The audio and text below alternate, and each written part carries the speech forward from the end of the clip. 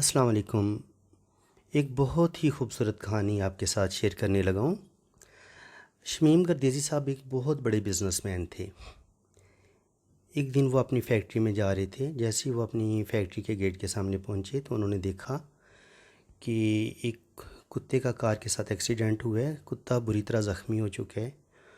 کتے کی ٹانگ زخمی ہے اور کتا لنگڑاتا ہوا سیدھا شمیم صاحب کی فیکٹری کے اندر داخل ہو گیا ہے۔ شمیم صاحب بھی کتے کے پیچھے پیچھے چل پڑے۔ کتا اپنے لیے کوئی پناہ گاہ ڈھونڈ رہا تھا۔ شمیم صاحب بہت غور سے دیکھ رہے تھے۔ زخمی کتا آہستہ سے چلتا ہوا لنگڑاتا ہوا ان کی فیکٹری کے گیراج میں جا کے بیٹھ گیا۔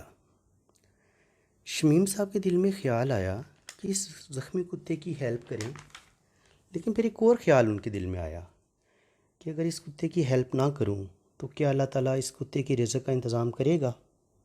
کیوں نہ آج اس چیز کو میں اپنی آنکھوں سے دیکھوں۔ جو رب ایک پتھر میں ایک کیڑے کو رزق دیتا ہے، کیا وہ اس زخمی کتے کی رزق کا بھی کوئی انتظام کرے گا؟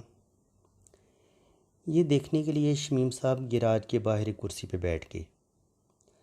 شام ہو رہی تھی اور اب کافی رات بھی ہو رہی تھی، لیکن ابھی تک کتے کی ہیلپ کے لیے کوئی مدد نہیں آ رہی تھی۔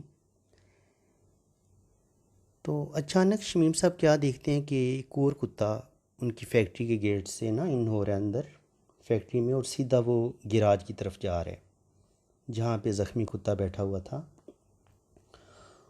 اور وہ اپنے لیے کسی مدد کا انتظار کر رہا تھا۔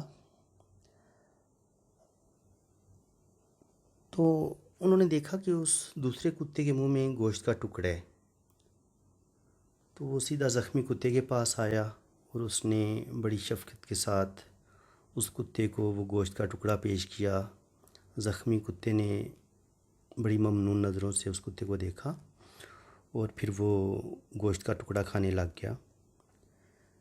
پھر اس کے بعد وہ دوسرا کتا چلا گیا اور شمیم صاحب بڑے غور سے اس کتے کو کھاتے ہوئے دیکھ رہے تھے جو زخمی کتا تھا۔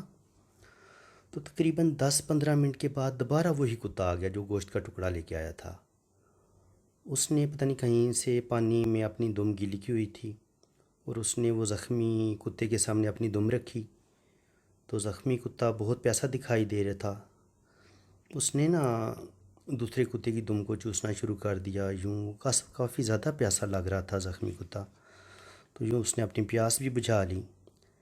شمیم صاحب جب یہ حیران کن منظر دیکھ رہے تو وہ بہت شرمندہ ہوئے اور دل ہی دل میں خیال آیا کہ میں 30 سال سے دنیا کی دولت کے پیچھے بھاگ رہا ہوں، جبکہ یہ رزق تو اللہ تعالیٰ ہر جاندار کو ہر حال میں پہنچاتا ہے۔ تو شمیم صاحب نے پکا ارادہ کر لیا کہ اب وہ صرف اللہ کی یاد کریں گے اور اللہ کا ذکر کریں گے، اور یہی سوچ کے انہوں نے اپنی فیکٹری کو بند کر دیا۔ اپنی فیکٹری کی جو مشینری تھی اس کو سیل کر دیا۔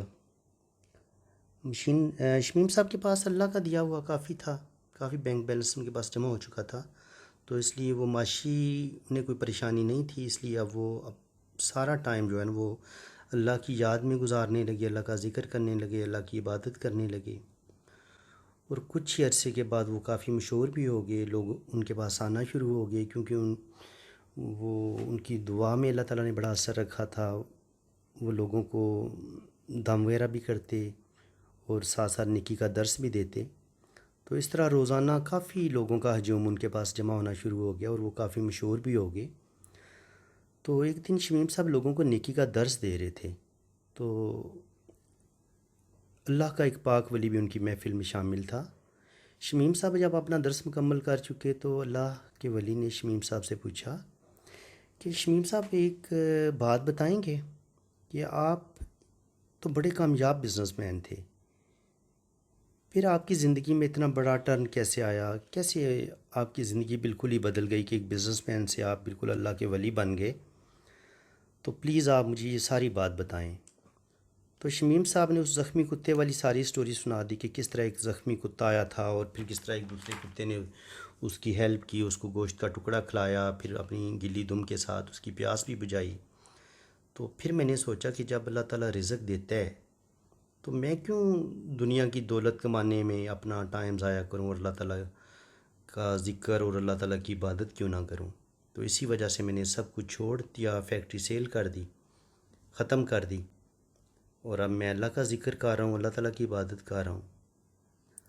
تو وہ اللہ تعالیٰ کے جو ولی تھے، وہ شمیم صاحب کا یہ سوال جو انہوں نے جواب دیا سن کے بڑے نا مسکرائے، اور پھر انہوں نے مسکرا کے ایک بڑا عجیب سا سوال پوچھا۔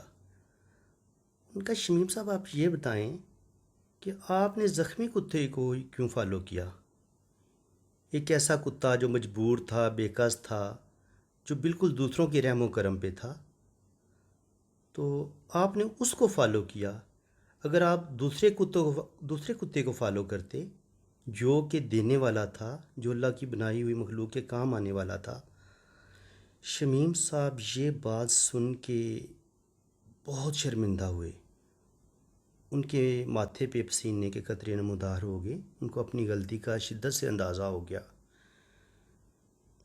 تو اللہ تعالیٰ کے ولی بولے شمیم صاحب میری بات پلیز آپ دل پہ نہ لینا، پلیز آپ نے مائنڈ نہیں کرنا، میں تو صرف سمجھانے کے لیے آپ کو یہ بات کر رہا تھا کہ ضروری نہیں ہوتا کہ آپ صرف کسی چیز کے ایک پہلو پہ غور کریں، اسی بات کے اور بھی بہت سے پہلو ہوتے ہیں، ہو سکتے ہیں وہ زیادہ شاندار ہوں، زیادہ زبردست ہوں۔